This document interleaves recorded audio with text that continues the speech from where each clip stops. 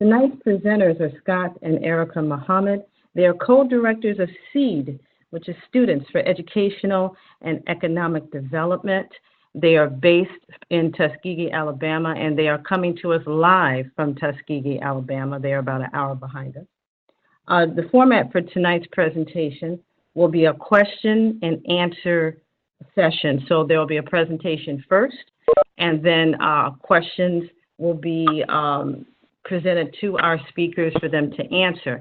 And if you have a question that you would like our presenters to ask, feel free to use the chat function. That chat function will be in your top right-hand corner of your control panel, or you can text me directly at 413-214-1237. If you are calling in on the phone, you can also text me your questions directly again at 413-214-1237. And just as a small housekeeping note, if you can, as you're coming on the line or as you're moving about, if you can put your phones on mute and put your computers on mute as well.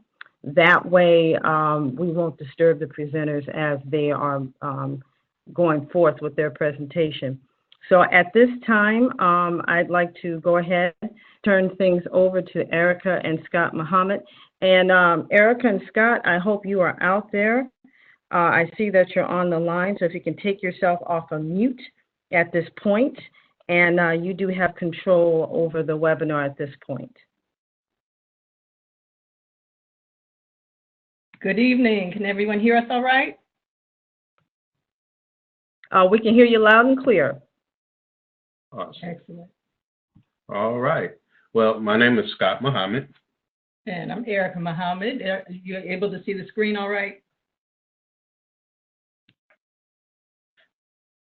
Great. Okay. Awesome. Okay. And we are co-directors of Students for Education and Economic Development. This is known far and wide as SEED, Inc.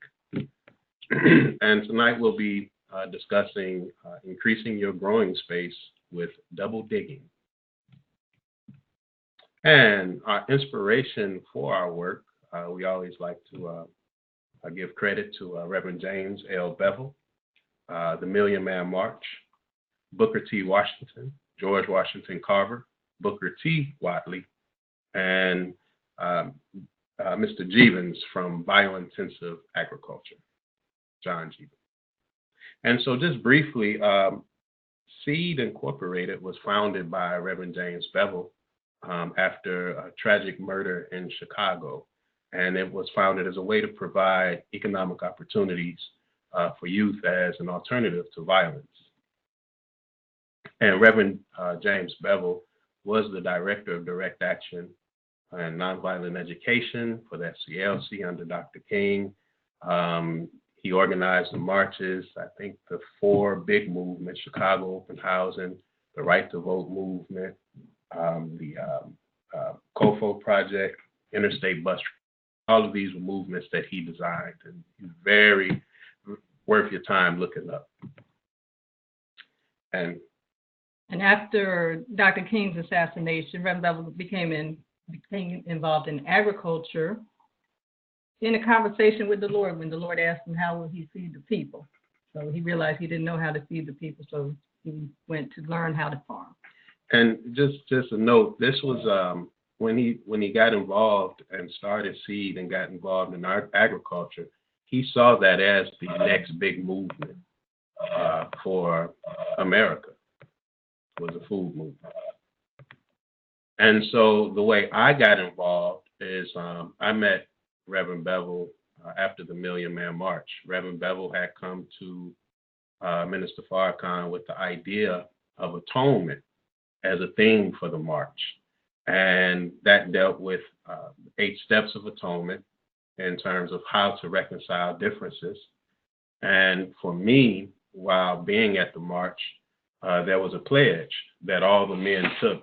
And among the things that we pledged was to strive to improve ourselves spiritually, morally, mentally, socially, politically, and economically for the benefit of ourselves, our families, and our people. And we all pledged to go home and build businesses and houses and hospitals and factories and international trade.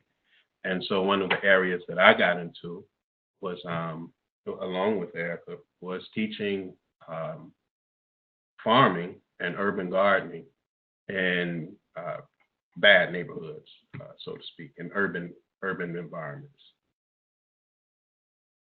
And we started out in Chicago in a really horrible neighborhood that was suffering. I think we had 26 murders the year we started out. And we got the gang members. We started a gang truce and had them all growing food. And it went really, really well until the police saw that they were no longer selling drugs.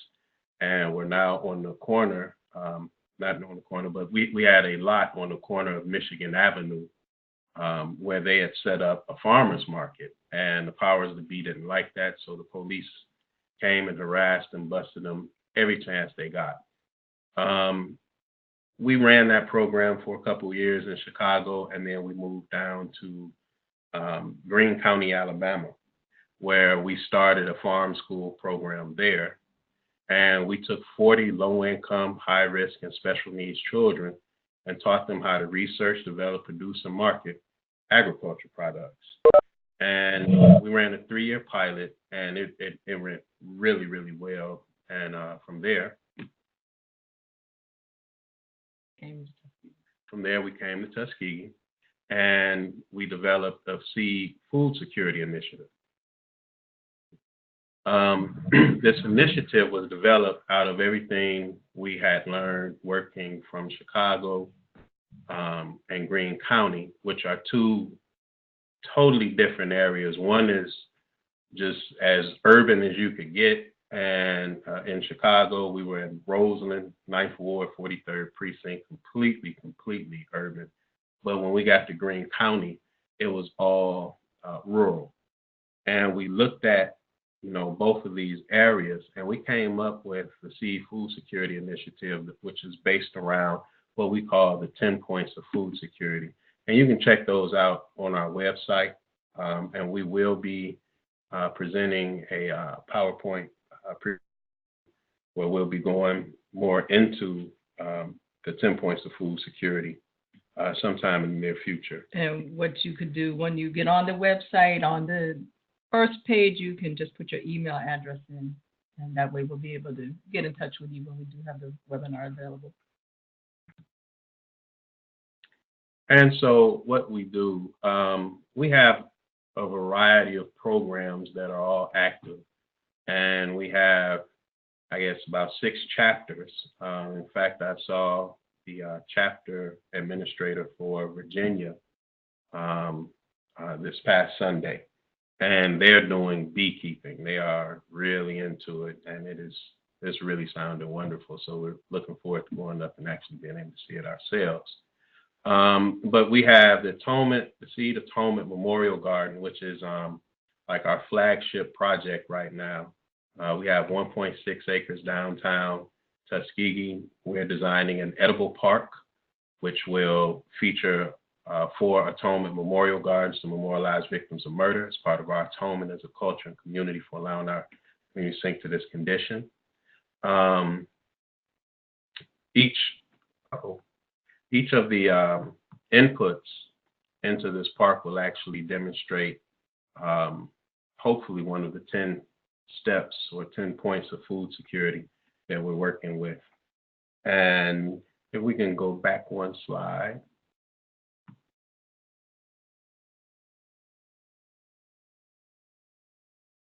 We also have our Seed Food Security Initiative, and you can see a video presentation we did on the Seed Food Security Initiative on our Seed website, but it is a way to engage the whole community in the discussion of food security. If you don't have your whole community involved, you cannot have food security. If your neighbor doesn't have food, you cannot have food security.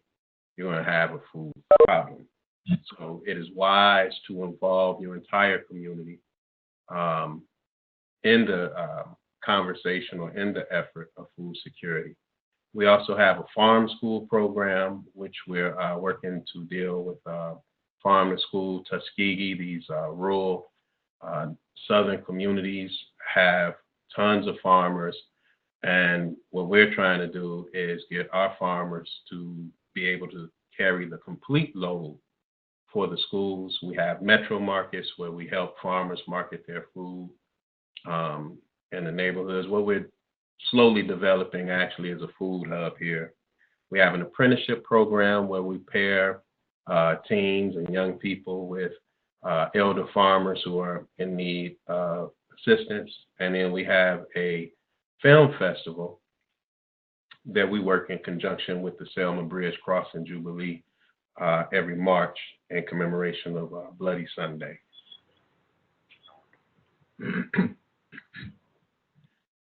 So now we're going to go to a little bit of Tuskegee history. This is, of course, some of our inspiration. And if you're not familiar with Tuskegee, it started out as Tuskegee Institute in 1881. It was established by Booker T. Washington, who was born in slavery, but after the end of slavery, he went to Hampton and he was educated. And in Tuskegee, it's an interesting story where a white politician was running for office and wanted the black vote. So he asked, what does the black community want? And a man named Lewis Adams told him, we want a school. So he agreed to fund a school in exchange for the vote. So that's how Booker T. Washington wound up in Tuskegee to establish the school. And Tuskegee Institute did more than just academic studies. They had different kind of projects. The Village of Greenwood was one such project. It was an intentional community right outside of campus. And one of the things that Booker T. Washington did, he gave recommendations on what people should grow in their backyard gardens. They also had a children's house in the Village of Greenwood, and that was a practice school for the students who were learning education, where they could teach the children in the community. Okay, I don't think everyone can see the slide, so hold on one moment. Let me see what is going on.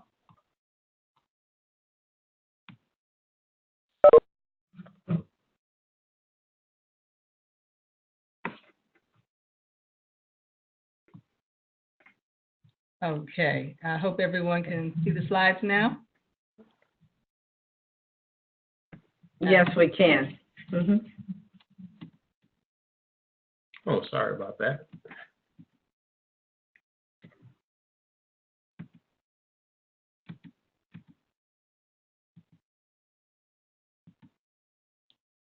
Okay.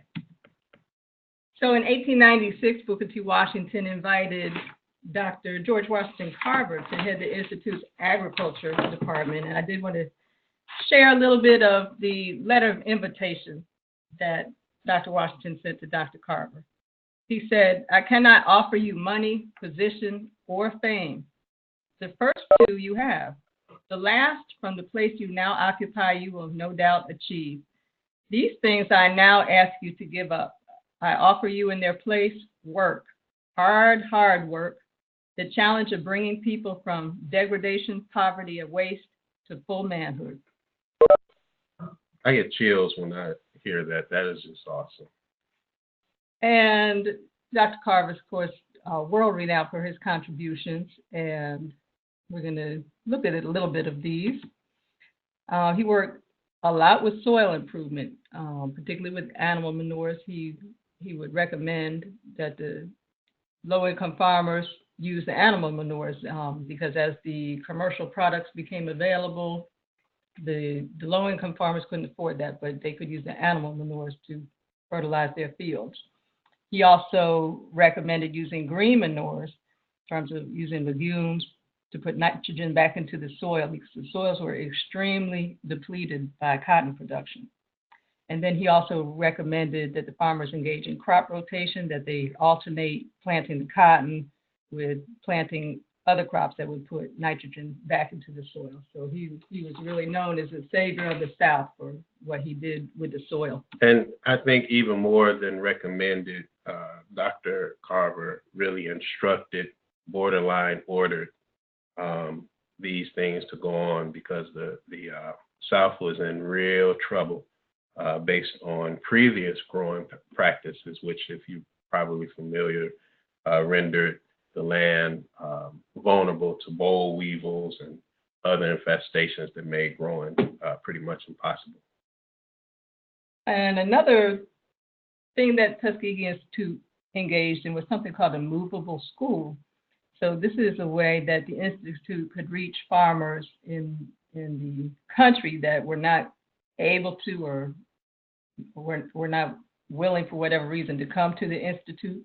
So the Institute went out to them, and you see here, this is a picture of one of the early models. It was called the Jessup wagon, and they would have all different kind of samples of different seeds and crops, things that you could make at home, things that you can make out of natural resources. So it was a very useful tool, and it just continued to develop over the years. And one thing that's very important about this, they did not wait for people to come to them. They went to people teaching them how to grow food. In terms of, if you think about the condition and the climate, food insecurity was a way of life, and it was used to control people. Not only that, if you have food insecurity, you're going to have crime. You're going to have people on the brink, of doing things to secure their lives. So this movable school, as a principle of doing for those who have knowledge, is critical. If you know, teach what you know to those who do not know. Dr. Carver published 44 extension bulletins while he was at Tuskegee Institute. And this was his way, another way, in addition to the movable school, to reach the community. And these bulletins went all throughout the South, so it wasn't just Macon County and Tuskegee that was receiving these, but they were in very high demand, and sometimes they had to reach.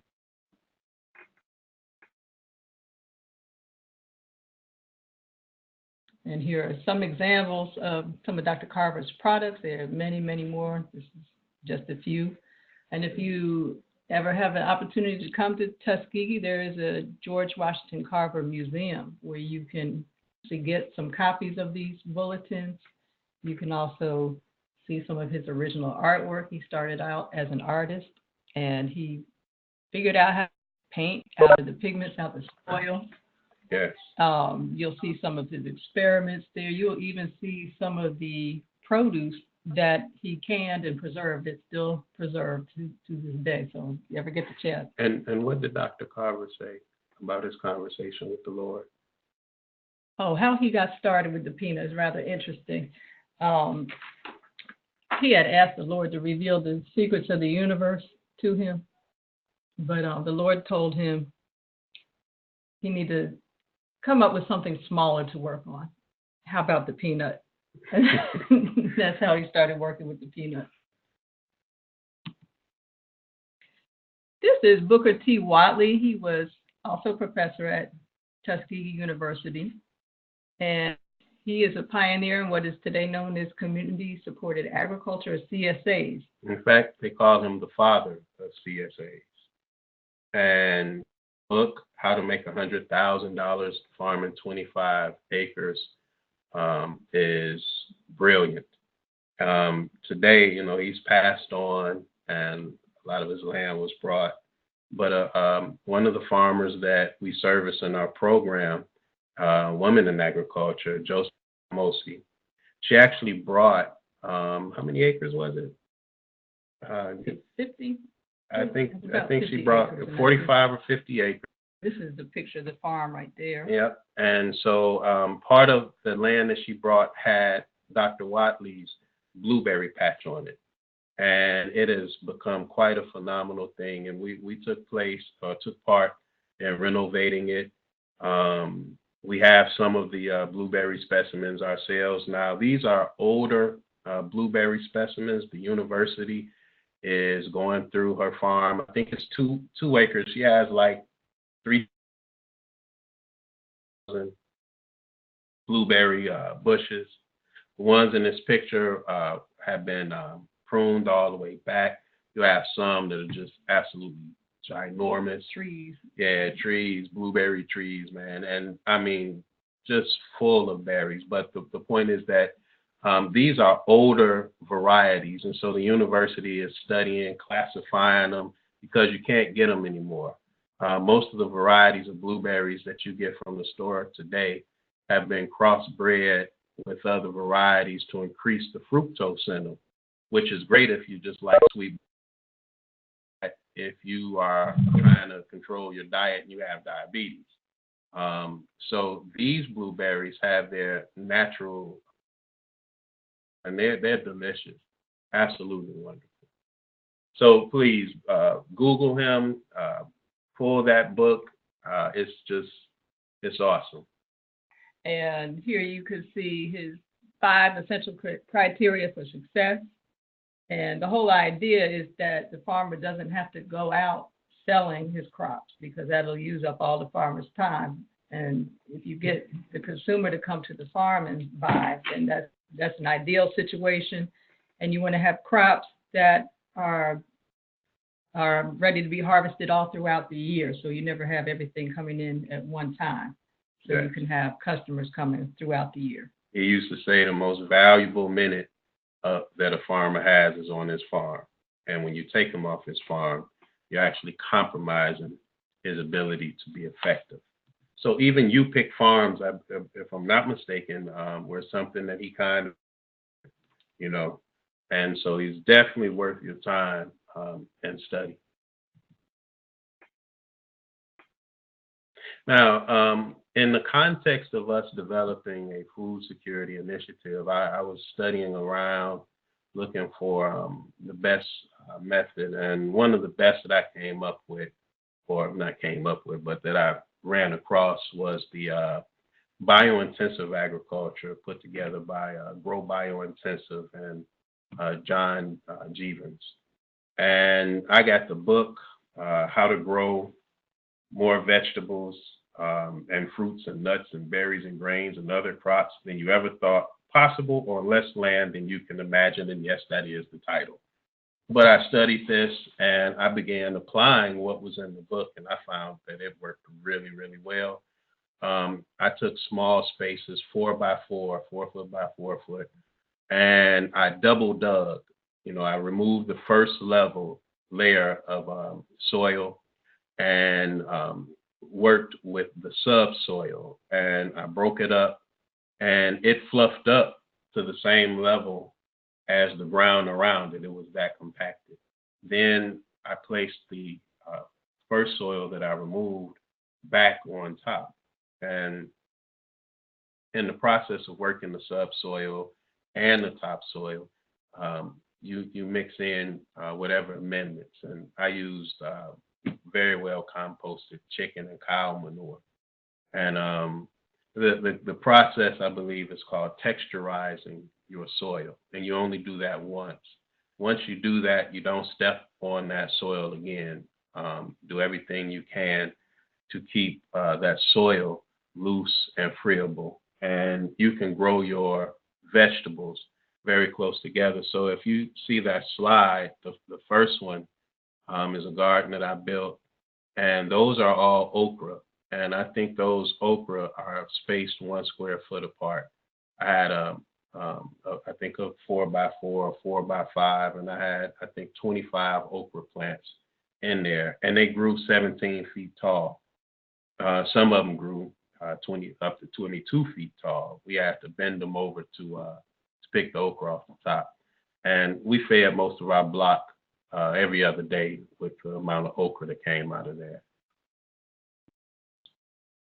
So principles of biointensive agriculture, which works really well in urban gardens. I mean, we were rural when we first started working this, and so my garden was built like that, but we incorporated the principles into a 200 fruit tree orchard that we that we planted, and also we had, I guess, 6 acres under cultivation with the children.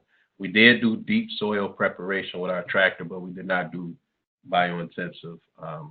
In biointensive agriculture, you try not to use any inputs that are outside of yourself. So if it relies on gasoline, it's unsustainable, and so they don't use it.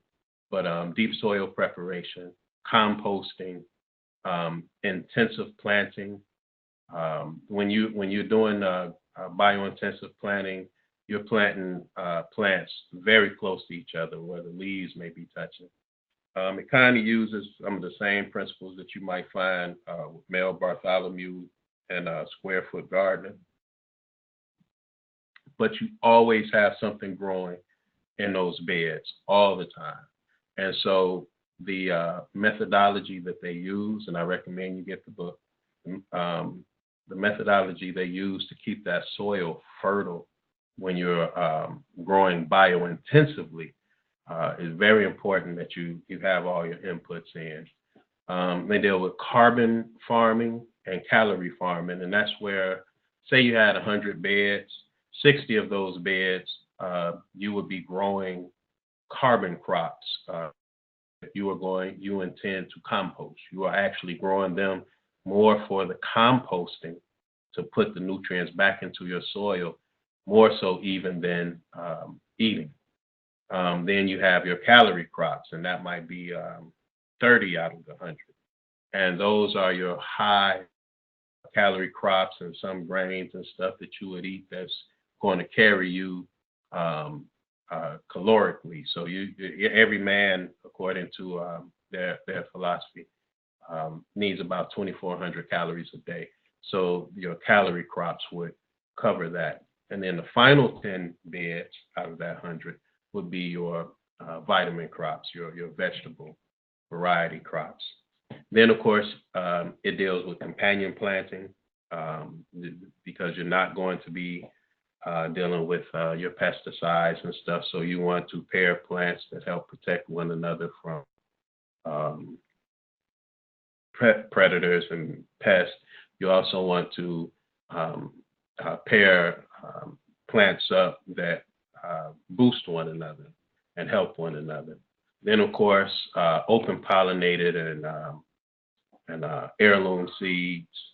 And then you have a whole system method, which is speaking to the way things are arranged and put together. It's a complete system, and it's an awesome system to be involved in. And so we used it to great benefit in our rural areas. The tools and supplies needed. Basically, you're dealing with a shovel, a rake, and a garden fork. And another thing, they call it a broad fork, but if you're probably familiar with the U-bar, since you're not stepping on your soil on your beds, you don't want your soil to get compacted. However, even if you don't step on it, rain, wind, just settling will cause over time your soil to compact again. And you don't want to go and retexturize it. In other words, double dig it up again, because you have microbes, you have bacteria working, you have insect tunnels. So there's a tool that they came up with called a U-bar. If you could think of a U, and it could be made out of metal or wood, but at the end of it, on the bottom of the U, you would have tines that may be 24 inches long, and you stick that in the ground and you pull back on it, and it completely keeps that soil loose and friable. And it's a great tool to have. You basically are just working with those basic tools that do not require you to burn a lot of energy, whether you're talking about your own personal energy or whether you're talking about fuel. The only other thing is there's also a philosophy with them on how you grow your seedlings. And so we have chicken wire and we plant in what's called a hexagon. And so I really recommend you read the book because it can be involved. You're going to plant according to moon cycles and everything. And you guys are already doing it, but just check it out. And then the installation steps, I think we have a video in here, don't we? We do.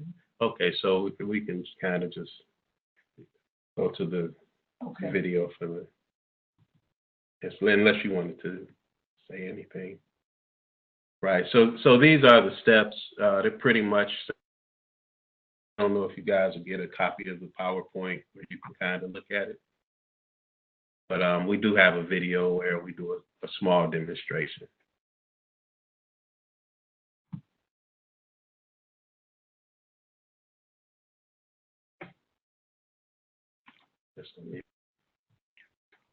Oh, I thought I was talking in the video. Okay. So I don't quite remember what I was saying on here, but basically I had a plot of land. It may have been about 3 feet wide. As you can see, there's a trench there. I dug out the first layer of the trench. Underneath is all of that is a heavy clay soil. Alabama, we love heavy red, thick clay soils for whatever reason. And so what I'm showing is after I took out the first foot of earth, I had to break up that soil underneath. And I think I'm pointing to, you can actually see some of the minerals that are in there. You'll see reds and grays. You'll see ions and zincs and manganese and stuff like that in there. What I did was I got a bunch of leaves and manures, and I chopped it into that bottom layer. And as I was breaking up the soil, and I do more than a lot of people do, it's not necessarily necessary to break it up to the degree that I do, but I like to break it up like that because I'm thinking about, my plants and their roots. So you break it up on the bottom level, the subsoil, and that subsoil is going to raise up level to the rest of the bed, as if you had never taken that top layer out. The top layer that you take out, you leave that to the side. That's actually going to be for your transplants, for your seedlings. And then you just shift your rows down. And so again, if you guys are interested, I believe that video is up on our website. It will explain it much better than I am right now. And I think what we'll do is, can we open up for any questions, or do we have anything left? Did you want to talk about planting? No, that's pretty much, we're just dealing with the hexagon. So if you're planting seeds in your growing bin, in your growing trays, then you would use the hexagonal method with your seeds. If you're doing transplants, you can also use the hexagon method of planting, but it depends on what you're growing. Basically, what you want to have happen is for the leaves to just touch one another. And it creates a microclimate underneath the plants because the leaves begin to trap the CO2 and everything, and that helps with their growth. But again, reading the book, you'll get a much more comprehensive explanation. And so our bibliography, of course, How to Grow More Methods, Vegetables by John Jeevons. My work is that of Conservation and Environmental Biography of George Washington Carver by Mark Piercy, and George Washington Carver, Scientist and Symbol by Linda O. McMurray. And their Booker T. Washington, The Wizard of Tuskegee by Lewis Harlan, How to Make $100,000 Farming 25 Acres by Booker T. Watley, and the all-new Square Foot Gardening by Mel Bartholomew. Okay, and so again, one of the big things that SEED has been involved in is growing the next generation of farmers. And I think that that's it. And we'll take any questions that anyone has. Okay, thank you so much. That was a wonderful and informative presentation for tonight. I know I have a few questions that have come in, and I know there were some slides in the beginning that we did not get a chance to see. If you wanted to run through some of those again, you are more than welcome to do that at this point. I do have one quick question about can you send out the slides of tonight's presentation? One of our viewers would like to have a copy of that. Yes, that's fine. Okay. And if you should they email you or go directly to your website? They could send an email to info@seedincorporated.com. Okay, very good. Thank you. Another question from a viewer is concerning the edible park. And the question is, the edible park, is that a permaculture design, double digging, or both? We're going to have some of both in there. We have I lost track of how many the rendering. But we have a children's garden area that will be double digging. We have a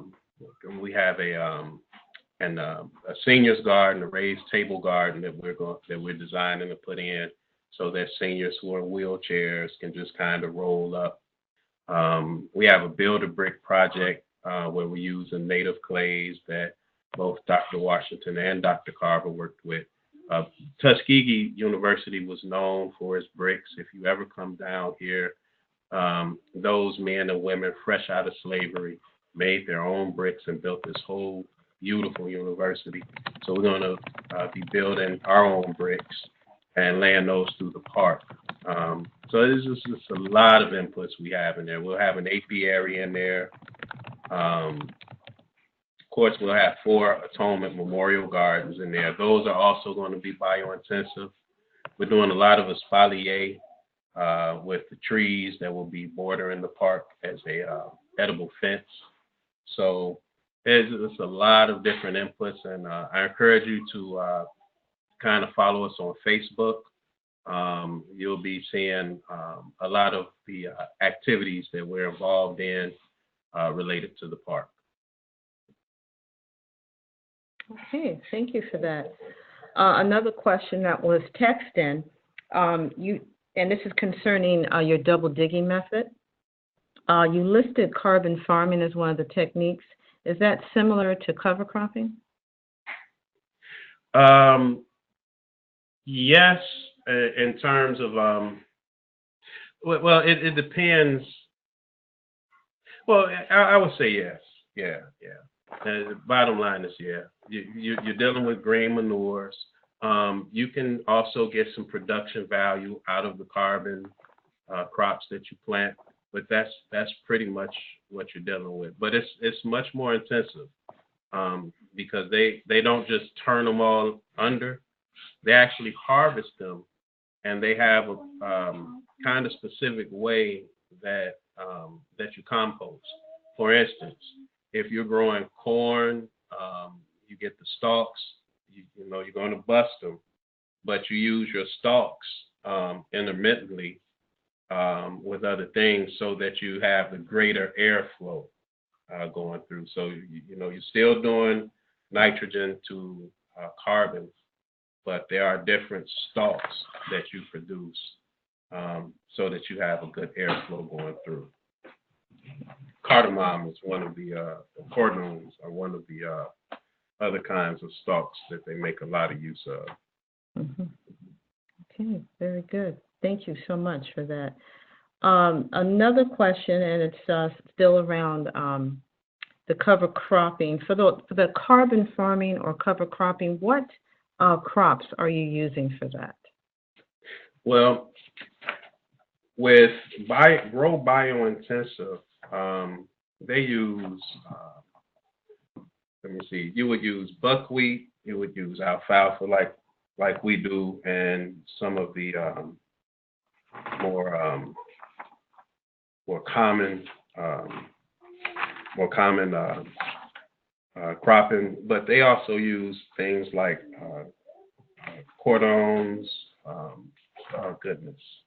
Oh, one moment. Let me pull this up because I haven't grown anything in a little while, and we were using our corn stalks, which were highly recommended. Mm-hmm. Okay.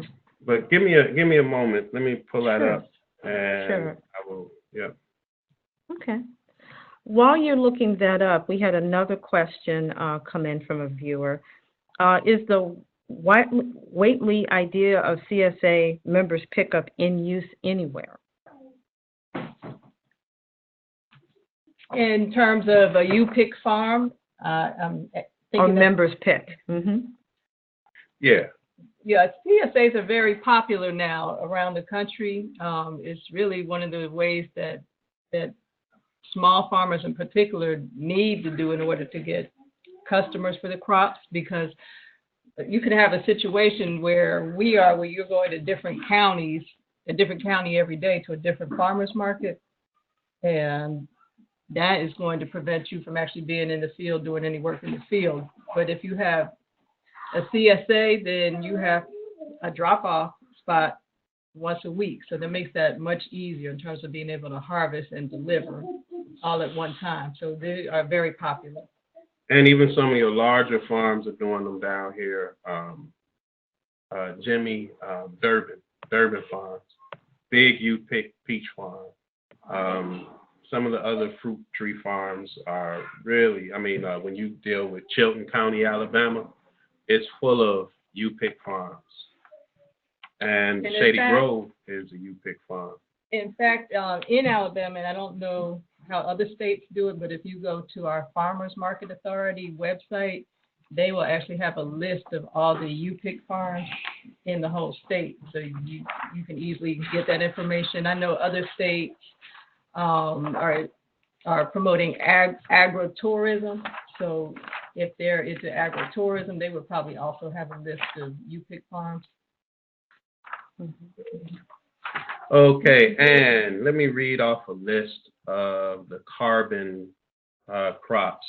We have alfalfa, buckwheat, cardoon, clover, and of course, whether you're dealing with crimson, red, sweet, white, Russian, comfrey, ryegrass, kudzu, roots in general.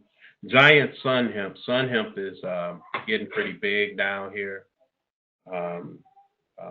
If you're familiar with it, has a lot of biomass to it. It adds nitrogen to your soil.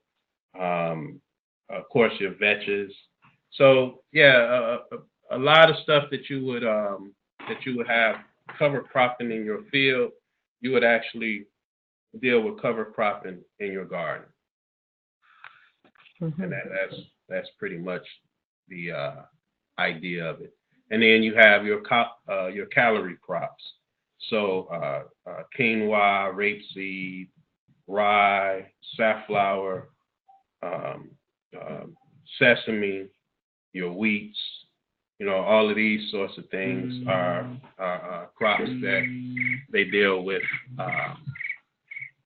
specifically for the calories. Mm-hmm. Okay. And also, I'm sorry, one more thing. Also, vegetable oil crops. So they grow beans and different kinds of grains, specifically for the oils. Mm-hmm. Okay. Thank you for that. Another question that's come in, this is concerning the Movable School. The Movable School, what years was this active? I'm not certain what years it was active, but I do know it was during the lifetime of Booker T. Washington, and he died rather young. In 1914 or 15? 1915, I think. So it was they were definitely doing it at least by 1915. Perhaps it was early. I just don't know off the top of my head when they got started with it. And it did change over time. They started out with the horse and wagon, but then after automobiles hit the scene, they had a truck, a van that they used as the movable school. And they actually have that vehicle at the Carver Museum. You can actually go see the real one that they used. Thank you. Another question, this is concerning some of the crops that George Washington Carver developed that you briefly mentioned. How were they used in a crop rotational? Were they used as a form of cover crop? Was it to rotate with something? How did he use those?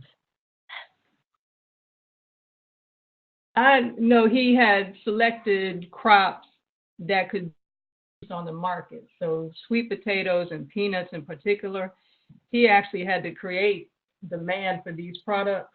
And that's what was so helpful with the economy down here.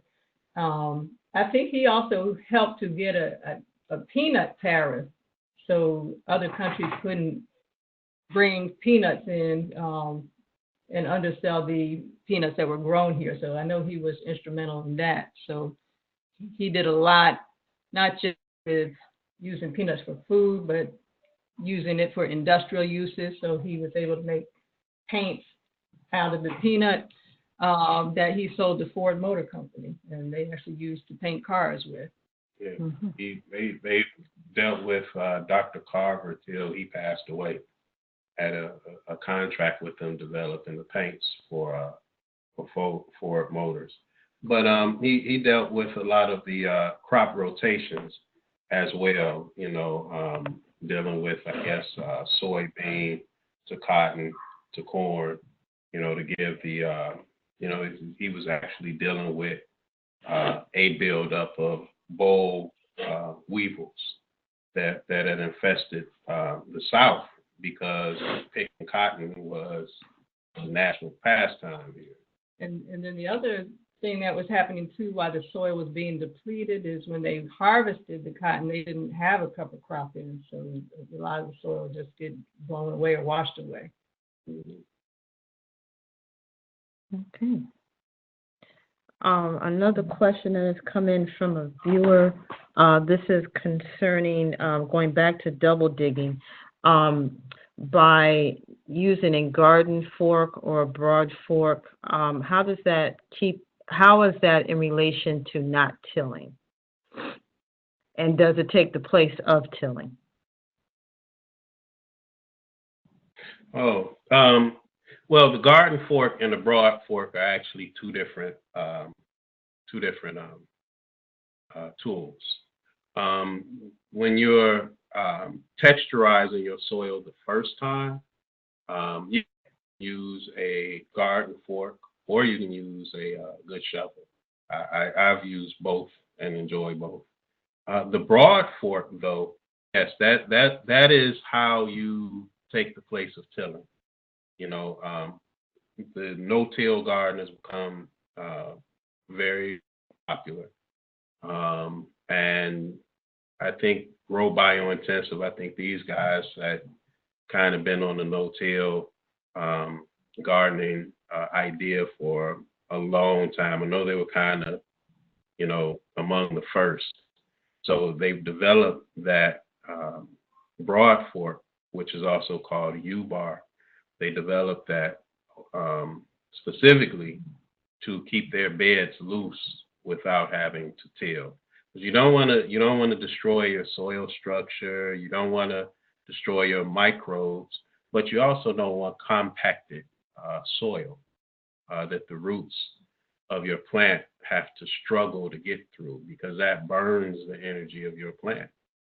So you want to give your plant as easy as a time as you can give it. And you also think about the fact that weeds tend to be native and natural to the land, and the plants that you're introducing, they are not necessarily native and natural. So they can't compete on an even basis with the plants that we call weeds that are already here and growing and have been for generations.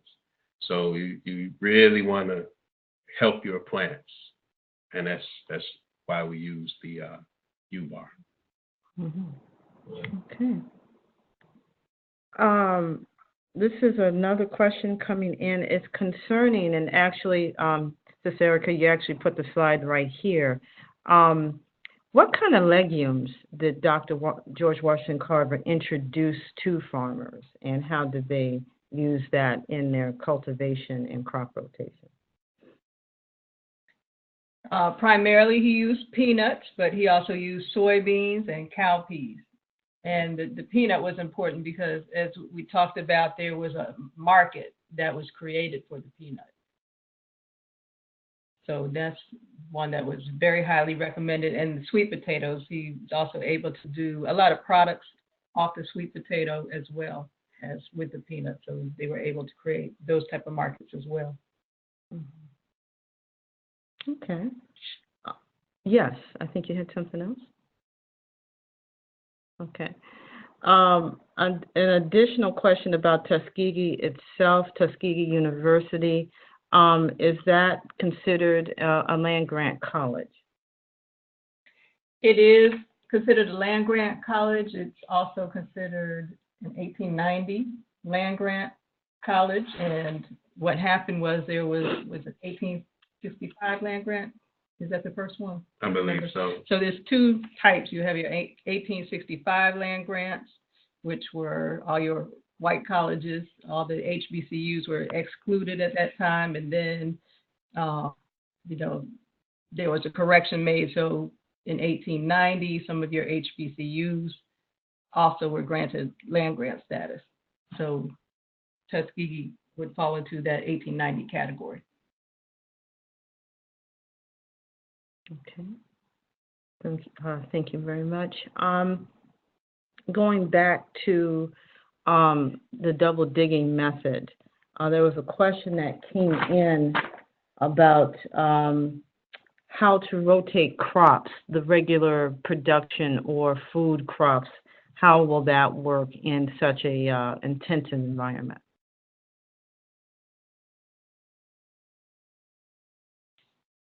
Wait, say that again? How would you rotate crops using bio? Pretty much the same way. The whole thing is not to plant the same crop in the same. So with your garden beds, you rotate those as well. Like, for instance, a bio-intensive garden with about 15 beds. And, some years I had tomatoes in certain beds, and then I would just move them down.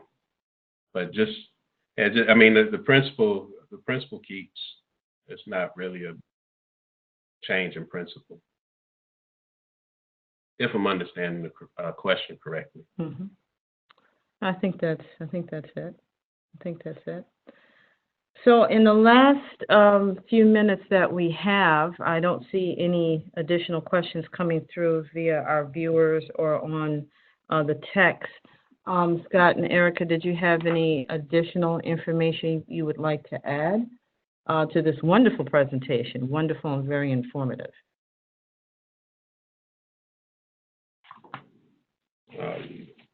You're too kind. Thank you.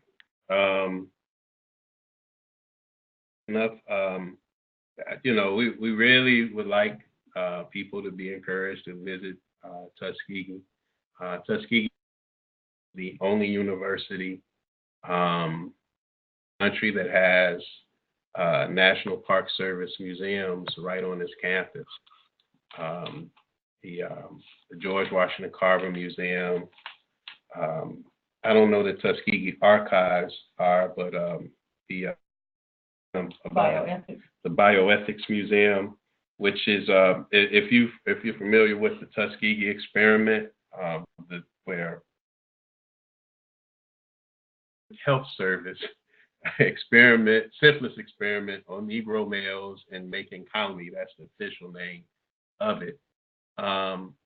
They turned the old hospital, which was the black hospital for the region.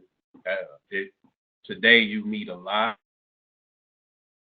That's the only place that would deliver your baby if you were Black. That was the that the experiment was ran out of. And so the hospital was closed down and turned into a museum.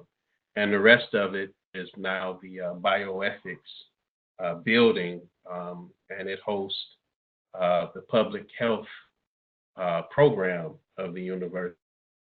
And so, I mean, it's just a lot of phenomenal things on and around the campus. The Oaks,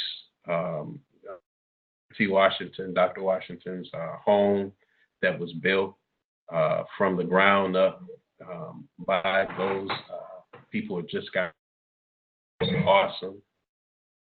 And it's truly a presidential kind of home. They had the first sauna in the whole state of Alabama. Yeah, about schools in Alabama right now, you probably think about they produce Cam Newton, or everybody's familiar who watches football with the Roll Tide, And these schools were tiny compared to Tuskegee, and they drew a lot of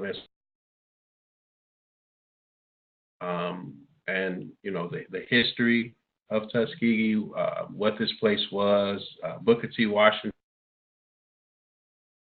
of Black America, bar none. I mean, it was spiritual, in terms of just how potent his ideas were. And he was a pioneer in many, many areas. And a lot of your modern universities today got, like we said, drew their inspiration from Tuskegee. So it's really worth visiting. You can't always find it online. You really have to know how to research to get to a lot of this information. But it's really worth the effort. And I would probably just like to share some of the other projects that the Tuskegee Institute was engaged in addition to the Village of Greenwood and the Children's House. They had something called Baldwin Farms, which was for graduates who couldn't afford to purchase land at low price, and it was right in Macon County, so they could learn how to maintain a farm. They had in Hilton Head Island. They had the Southern Improvement Company for land improvements. They had an annual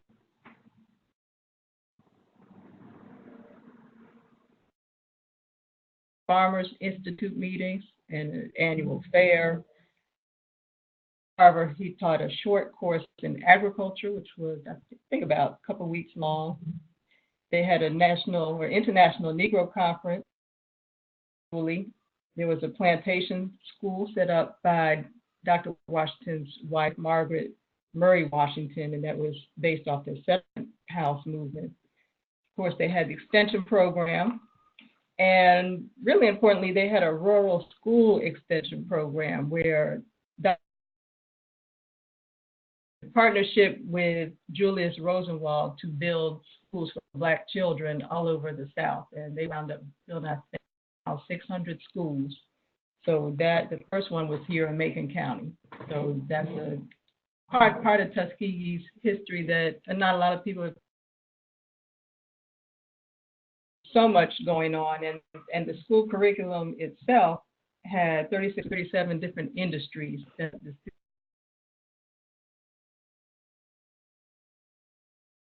based on what they were learning. So they had a mattress making company, for instance, and the food that they ate. So they had a dairy. If you go to our Facebook page, it's Seed Inc. on Facebook. It's all the different industries. So I just wanted to share some of that as well. Okay. Well, I'd like to take this time to thank our presenters, Scott and Erica Muhammad from SEED, particularly since you are coming live from Tuskegee, Alabama. And again, that was a wonderful, wonderful presentation. For our viewers that are online and also listening by phone, if you would like to send me your email addresses once this concludes, you can send them to Anna at nofamass.org, and we can get you a copy of this presentation. And additionally, you can visit Seed Incorporated to take a look at their website to get more information. Next month, Dr. Lee Reich will be talking about growing uncommon fruits for market. Basically, fruits that we don't always hear about can be grown here in this area for sale to the marketplace. So if you'd like to include that for those who do grow for production or just grow for your own personal orchard, please tune in for that. Again, thank you for joining us for this webinar series. Please look forward to the remaining parts of this year for other webinars, and you can go to nofamass.org or go to our YouTube channel to watch this again in its entirety. So at this point, I am signing off. Again, my name is Anna Gilbert Muhammad. I'm the Food Access and Webinar Coordinator for NOFAMAS. Thank you all for being online with us, and please have a wonderful night.